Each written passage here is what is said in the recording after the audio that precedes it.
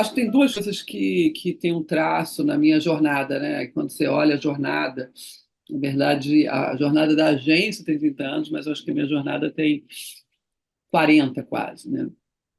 Porque eu sempre fui muito empreendedora e sempre tive a criatividade como um foco muito grande da forma de eu me expressar. Então, desde jovem, eu fazia máscara, fazia camiseta, fazia coisas para vender.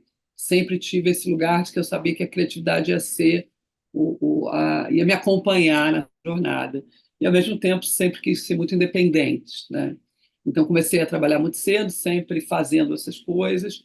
Com 19 anos, eu fiz faculdade, entrei para duas faculdades com 17 anos, fiz 2 anos de antropologia e me formei em design. Antropologia eu fiz no IFIX, e design eu fiz na PUC, e nesse período eu era muito apaixonada, sempre fui por filosofia, por antropologia, por sociologia, sempre foi uma coisa que marcou muito a minha jornada.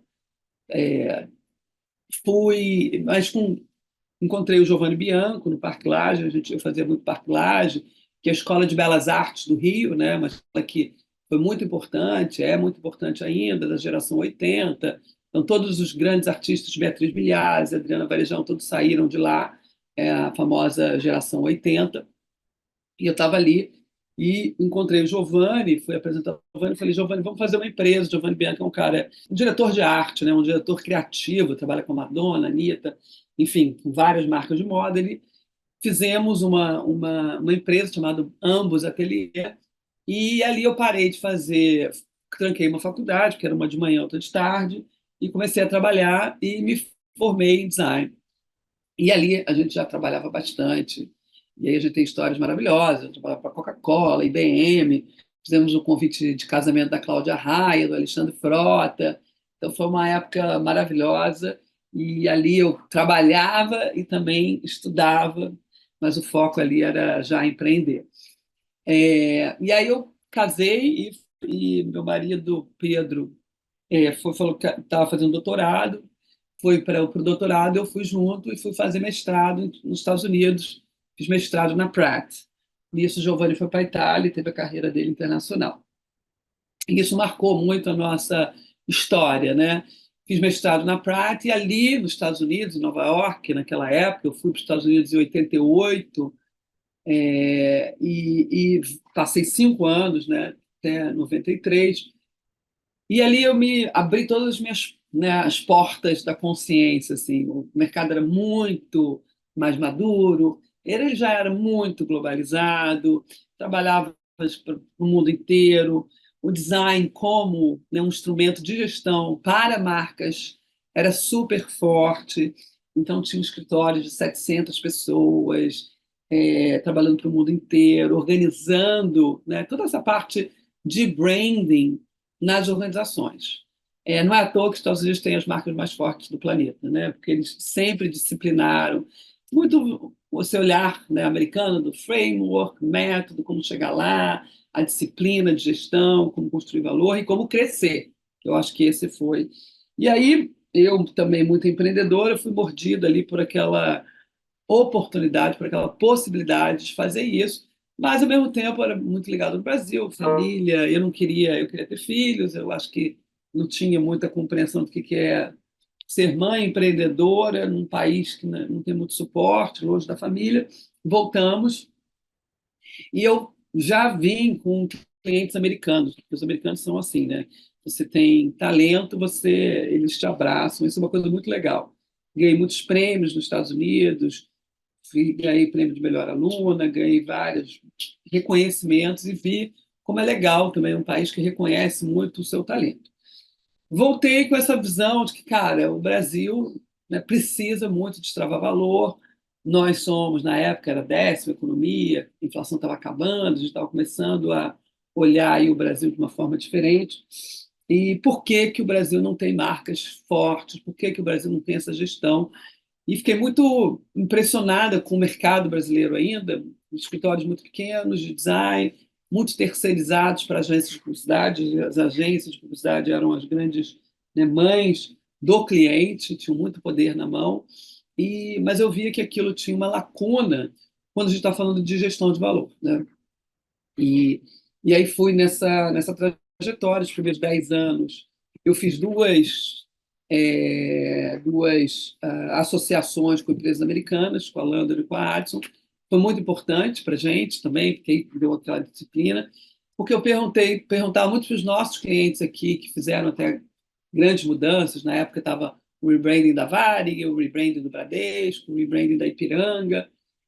Por que eles fizeram com empresas lá fora, já que a gente era uma empresa já, eu achava na época, né, estruturada, de um design muito estratégico, muito reconhecimento, uma visão muito global.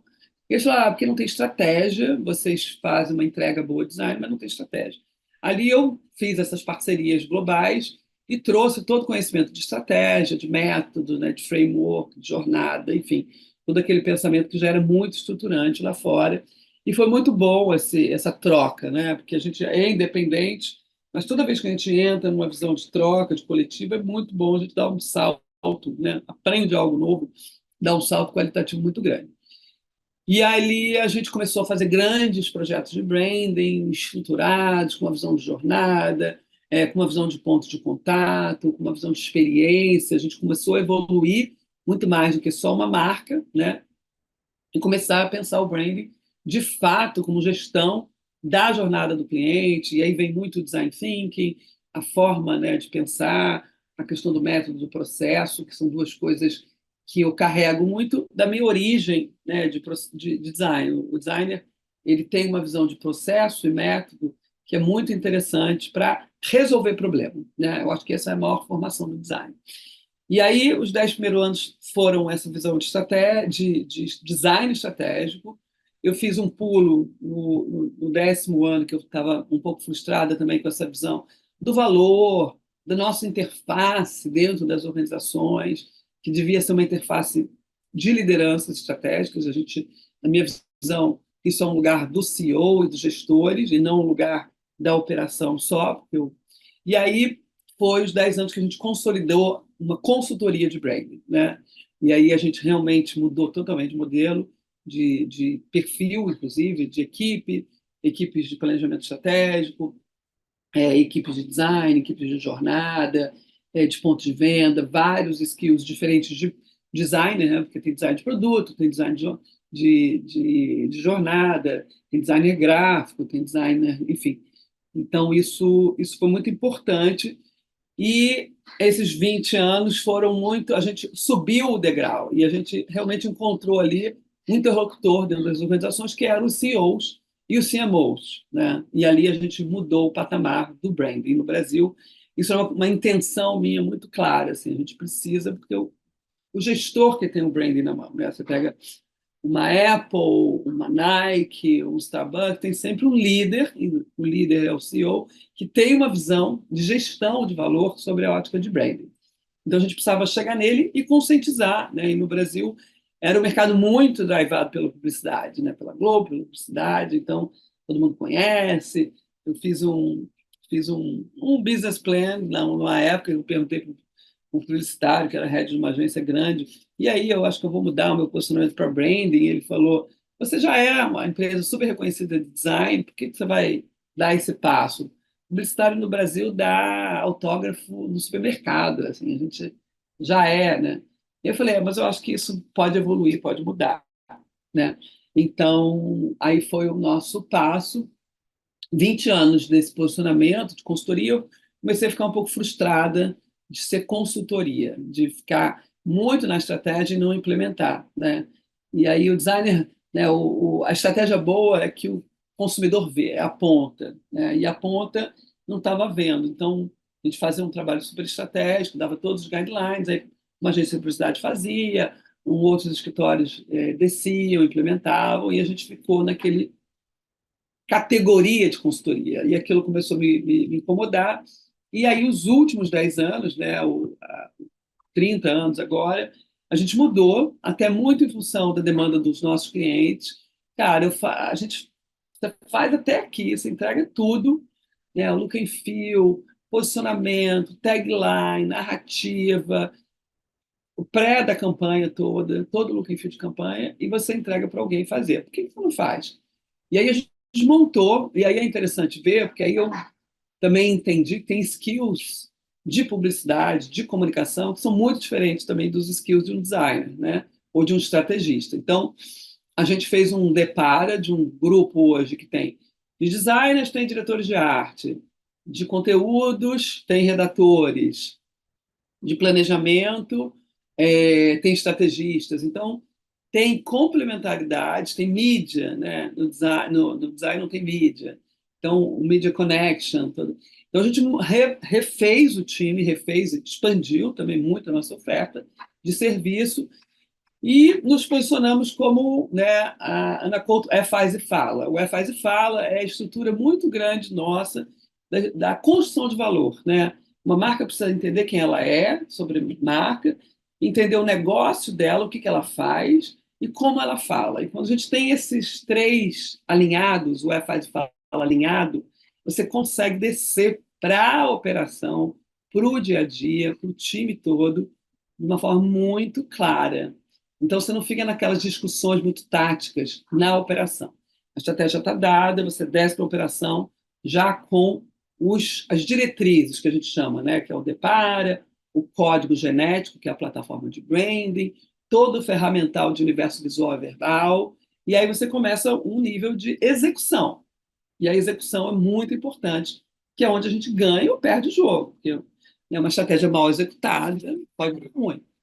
E ali também a gente prova se a estratégia é boa ou ruim, porque se você não colher o resultado da estratégia, é porque talvez ela não seja tão boa assim, a gente precisa revisar a estratégia. Então, basicamente, olhando, acho que foi uma jornada com muita intenção, né, e com um propósito assim de impulsionar as pessoas e as organizações para construírem mais valor, né? Porque a gente fala que marcas são que nem pessoas também. Então, precisam saber o seu lugar no mundo, precisam ter uma vida que vale a pena, que tenha impacto, que cause impacto. Então, isso é super importante da gente trabalhar. O marketing, ele é super importante. E ele, o que eu considero assim, no marketing? Ele, para o século XX, e aí vamos fazer um timeline, né? E aí eu falo até um pouco no livro que eu fiz, depois a gente pode falar dele, se chama Revolução do Branding, né? O marketing no século XX, se você pensar quando você fez a disciplina no marketing acontecer no século XX, é muito importante. Produto, o pricing, né, o placement e a promoção. Então, o mundo que estourou, né, assim, estourou no sentido de fez um boom de número de produtos, de variações, de ofertas, de formas de vender, os primeiros supermercados, os primeiros, né, conteúdos, milhões de produtos surgindo ali, um mercado consumidor, a pobreza diminuiu pela metade no século XX, as pessoas duplicaram, né, no começo do século XX, 1900, as pessoas viviam 40 anos, morriam com 40 anos. Final do século XX, as pessoas, a média de 75 anos, agora mais ainda. Então, você pensa como o contexto mudou e como o marketing foi muito importante e foi estruturante para realmente, né, dar vazão a tantos produtos, o pricing é super importante, entender a segmentação. Então, as grandes empresas, o Procter Gamble, a Unilever, que nasceram lá atrás, 1800 e poucos, em 1900 deu aquele boom, né? O século XX, então, isso foi estruturante. O que eu vejo? O branding, ele também é uma disciplina muito antiga, mas ele não é formalizada como a gente formalizou, principalmente no final da década de 90, né? 90, 2000, do jeito que a gente realmente está estruturando. E a gente tem esse papel de estruturar ele de outra forma. Porque o branding, para a gente, é gestão de valor, né? E eu acho que gestão de valor hoje, eu acho que o século XX, se ele se repetir igual, o planeta acaba, né? Então, se a gente pegar todas as premissas de consumo, a forma de produzir, a cadeia, e jogar para o século XXI, do jeito que ele foi, a gente não dá mais conta do excesso de consumo, né, da poluição, das crises climáticas. Então, a gente já está vendo a consequência de um boom de consumo, de um boom de energia, de um boom. E eu acho que, como tudo na vida, o capitalismo também precisa evoluir, né? Então a gente prega muito que essa evolução do capital, do capitalismo em si, que eu sou fã e eu acredito nele, é, eu acho que a gente precisa evoluir no sentido de que não é mais um capitalismo só para shareholders, para os acionistas, mas é um capitalismo que precisa olhar todos os stakeholders, todos os públicos, e não deixar ninguém para trás. E não, né, fazer, produzir a qualquer custo, consumir a qualquer custo. Então, a visão do branding, na minha concepção, ela traz essa visão de gestão de valor, né? Ela olha, e o marketing olha muito para o consumidor, e o branding olha para todos os stakeholders.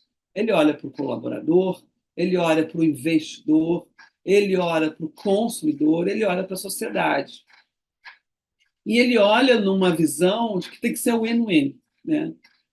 Isso foi um movimento que também veio amadurecendo, né? Quando a gente está falando final da, né, década de 90, por exemplo, que foi um grande boom das love brands, e aí a gente tinha aquelas love brands acontecendo no mundo, quando, né, esse caso bem emblemático, tem vários casos desses, mas, por exemplo, a Nike, na década de 90, estava bombando, né? Ela tinha como objetivo ser a marca de esporte mais valiosa do planeta, fez a Nike Town, que foi uma experiência incrível, aquela loja, né, que tinha fila na porta de Nike Town, em Nova York.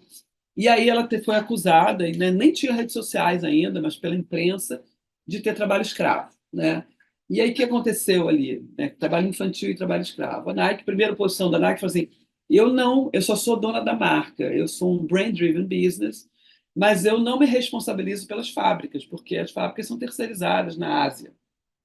Eu só compro e boto a minha marca. Aí o consumidor, o mercado falando, não, não, não, você é responsável pelo seu ecossistema. Né? Você vai ter que dar conta dessa questão. E ali, o que aconteceu? A primeira resposta, as ações da Nike caíram, os consumidores boicotaram, e ali ela teve que voltar atrás e falou assim, ok, eu entendo, o jogo mudou, eu vou ser responsável por todo o meu ecossistema, eu vou fazer um trabalho de tudo. E essa eu acho que é uma dinâmica que está vindo em todas as organizações, né?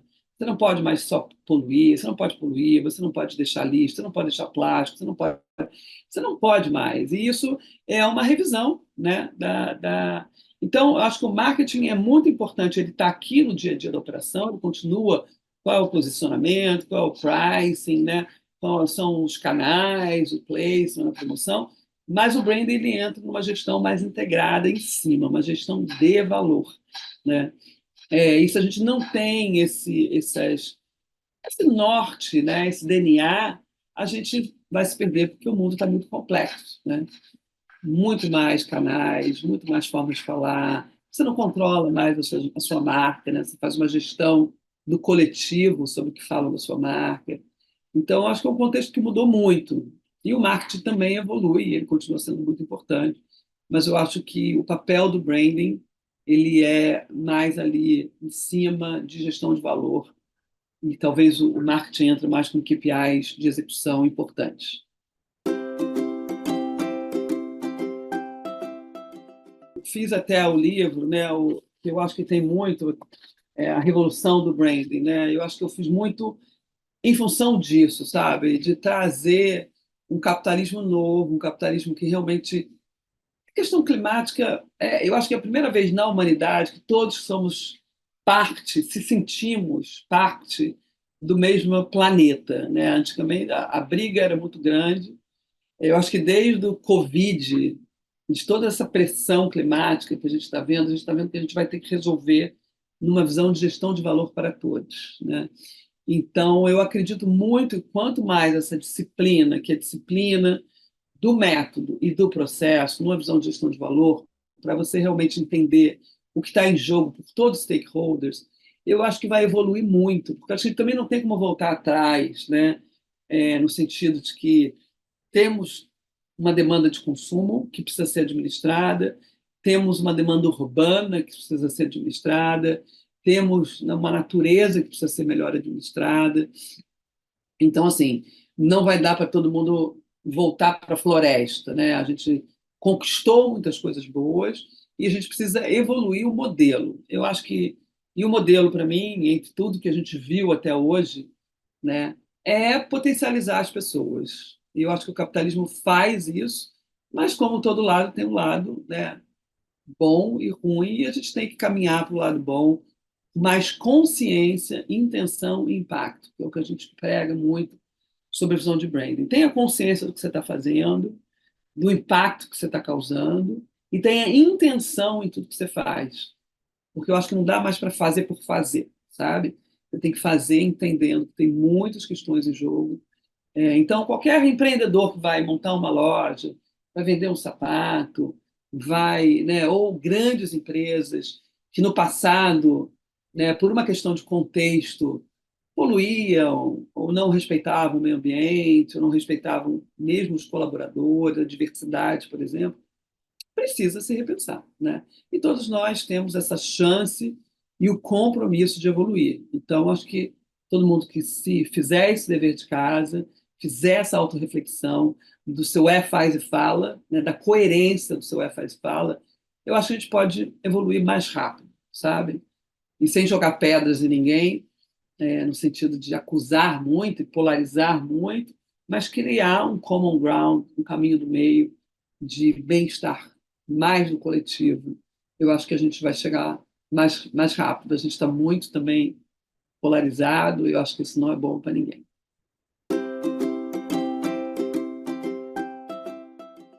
É uma coisa que eu acho interessante, que eu acho que a gente precisa refletir mais sobre as coisas, né?